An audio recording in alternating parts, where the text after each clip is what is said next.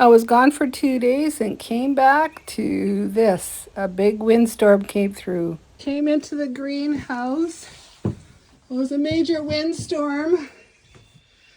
Much bigger gap. The whole greenhouse shifted. A whole bunch of stuff's all over the place. The whole greenhouse shifted probably